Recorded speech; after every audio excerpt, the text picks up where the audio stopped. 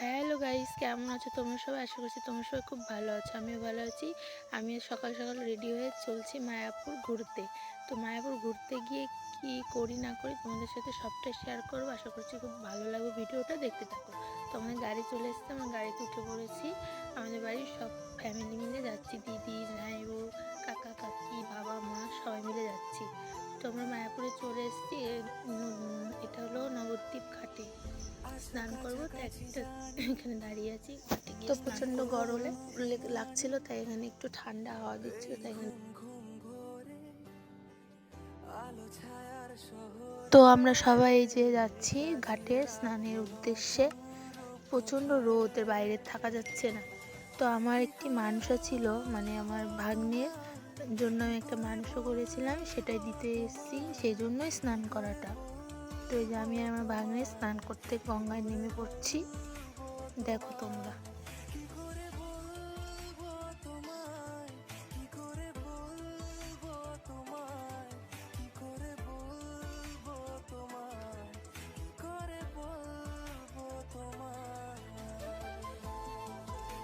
তো আমি যা যা মানসিক করেছি, যেভাবে যেভাবে যা দিতে হয়, আমি সেগুলো এখন জলে দেব।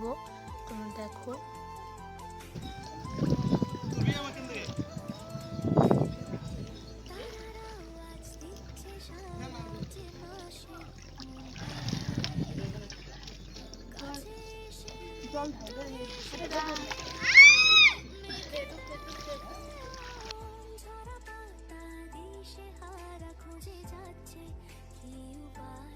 তো এখানে আমিও স্নান করে নিচ্ছি, তারপর আমার জলে যা যা দেওয়ার তাই তাই দিয়ে নিলাম। তো এই যে আবার স্নান করে নিলাম, উঠতে ইচ্ছে করছিল না গঙ্গা থেকে। তারপর সবার জন্য বাড়িতে গঙ্গা জল নেবে, তার জন্য সবার জন্য গঙ্গা জল ভরে নিয়ে যাচ্ছি।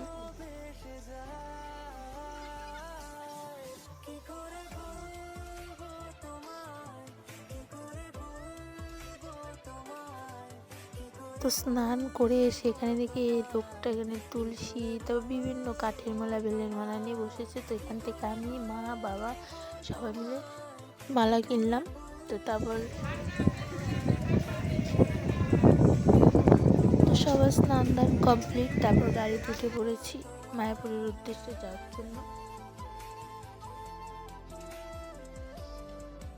তো মায়াপুরে গেটে যাওয়ার জন্য আমাদের একটু হাঁটতে হবে, কারণ গাড়ি পার্কিংটা একটু আগে করেছে, তার জন্য হেঁটে হেঁটে যাচ্ছি সবাই। তো চলে এসেছি আমরা মায়াপুর। তো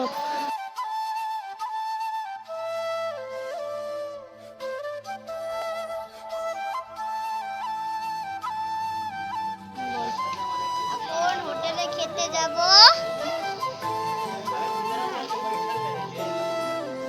বাবা মা দিদা মাসি। তো এখানে মহাপ্রসাদের জন্য টিকিট কাটা হচ্ছে, জুতো রাখা হচ্ছে, তার জন্য তো আমরা মহাপ্রসাদের জন্য বসে পড়েছি। দেখো থালা দিয়ে দিচ্ছে আমাদের সব বাইককে। আলো ছায়ার শহরে তারপর জল দিয়ে দিল, জল দিয়ে থালাটা ভালো করে ধুয়ে নিয়েছি। তারপর আমাদের সবাইকে খিচুড়ি দিয়ে দিয়েছে, খিচুড়ি প্রসাদ। তো আমার ভাগ্নে আমার পাশে বসেছে, তাই ঠিক করে দিচ্ছি। খিচুড়ি প্রসাদটা সত্যি খুব টেস্টি হয়েছে। তারপর পড়ে গেল ভাত, ভাত দিয়ে দিয়েছে। তারপর পড়ে গেল একটি সবজি, পাঁচমিশালি। তারপর দিয়ে দিয়েছে চাল, তারপরে পুঁই শাক, তারপরে মিষ্টি তরকারি মতো করেছিল, এটাও খুব ভালো হয়েছিল খেতে। তো মায়াপুরে না এই প্রসাদটার জন্য মানে অনেকেই অপেক্ষা করে থাকে, এত সুন্দর ভালো। তারপর আমি চাটনি করে গেল, খাওয়া দাওয়া শেষ করে বাইরে আসলাম। বাইরে বসে তার জন্য যে গাছতলায় গিয়ে একটু বসবো। আর এই যে সেই মন্দিরটা, কিন্তু কি করবো বলো, ঘুরতে তো হবে। তো বন্ধুরা আমরা মায়াপুর চলে এসেছি। তারপরে গরম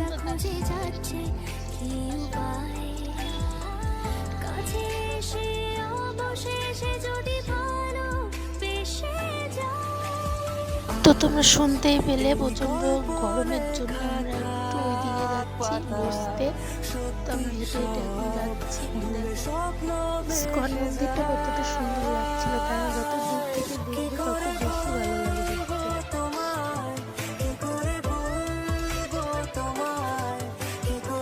তো তারপর আমরা সবাই এখানে এসে বসেছি মাদুর পেতে।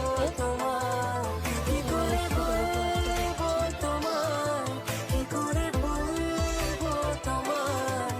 মুখের অবস্থা পুরো কেরোসিন হয়ে গেছে দেখতে দেখতে।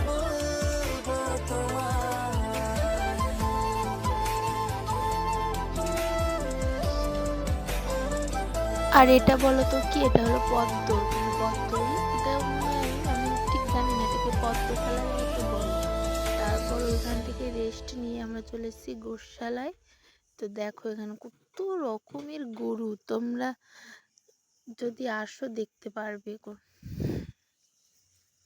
এই দেখো একটি, এটার অনেক বয়স হয়ে গেছে, কিছু বলছিল না, গায়ে হাত দিলেও কিছু বলছিল না।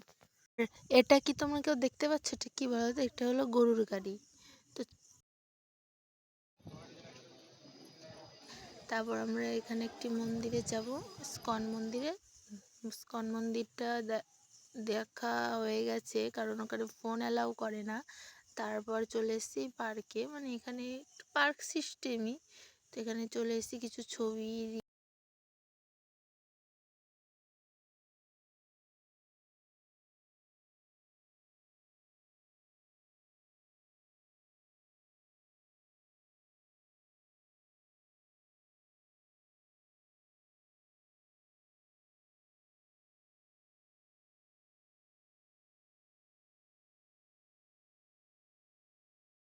জানো তো, এর আগেও না আমি একবার এসেছি মায়াপুর, কিন্তু এই সৌভাগ্যটা হয়তো আমার এই প্রথম হলো। এই দেখো সৌভাগ্যটা হলো হাতি। আমি জীবনে প্রথম সামনে থেকে এত বড় হাতিগুলো, তোমরা কি বিশ্বাস করবে না, ফোনে অতটা বোঝা যাচ্ছে না, কিন্তু সামনে থেকে না প্রচুর প্রচুর মানে বড় হাতিটা। আমি তো দেখে আমার সত্যি আমার খুব ভালো লাগছিল যে আমি ফার্স্ট টাইম এসে হাতি দেখতে পেলাম। আর হ্যাঁ, আমি কিন্তু অলরেডি ইনস্টাগ্রামে ফেসবুকে রিলস পোস্ট করে দিয়েছি, তোমরা যে ঝটপট গিয়ে দেখে আসো। তারপর হাতি দেখতে দেখতে না এখানে মহাপ্রসাদ দিয়ে দিয়েছে, আমরা মহাপ্রসাদ নিয়ে নিয়েছি। এই মহাপ্রসাদ খেতে তো তারপর একটু এগিয়ে এসে দেখি এখানে সাহেবরা গান করছে। এইটা দেখারও সৌভাগ্য আমার মনে হয় এই প্রথম হলো, কারণ এর আগেও আমি একবার এসেছি। এটা দেখারও সৌভাগ্য মানে আমার এই প্রথম হলো, কারণ ভালো লাগলো দেখতে, অনেকবার এসেছি কিন্তু এটা আমি দেখিনি। গান করছিল, খুব ভালো লাগলো। এটা ওই মহিলাটা খুবই ভালো লাগলো।